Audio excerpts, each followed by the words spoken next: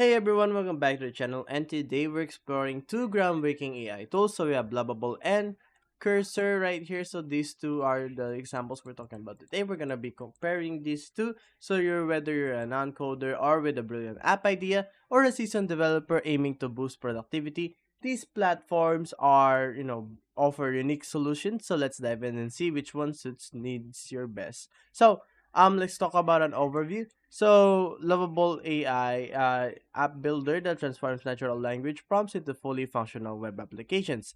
It's designed for users with little to no coding experience, enabled rapid prototyping and development.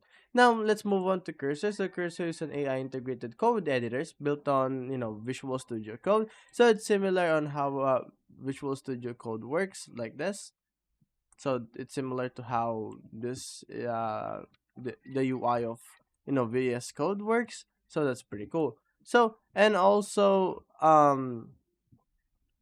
it also has enhances coding efficiency by offering features like code generation and smart rewrites and natural language queries within the code base. Now, user interface and experience. Lovable offers a clean user interface where users can input their prompts right here and receive app structures. Its simplicity caters to those without a coding background. Now, Cursor presents a more complex interface resembling traditional code, so it's similar to this.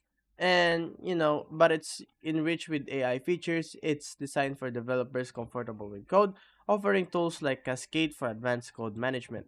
Now let's go with features and comparison. So, let Lovable has natural language to app conversion, integration with tools like Supabase and GitHub for those, back end stuff, and also ideal for creating, dashboards, e-commerce sites, and social media apps, and it also has built-in deployment capabilities.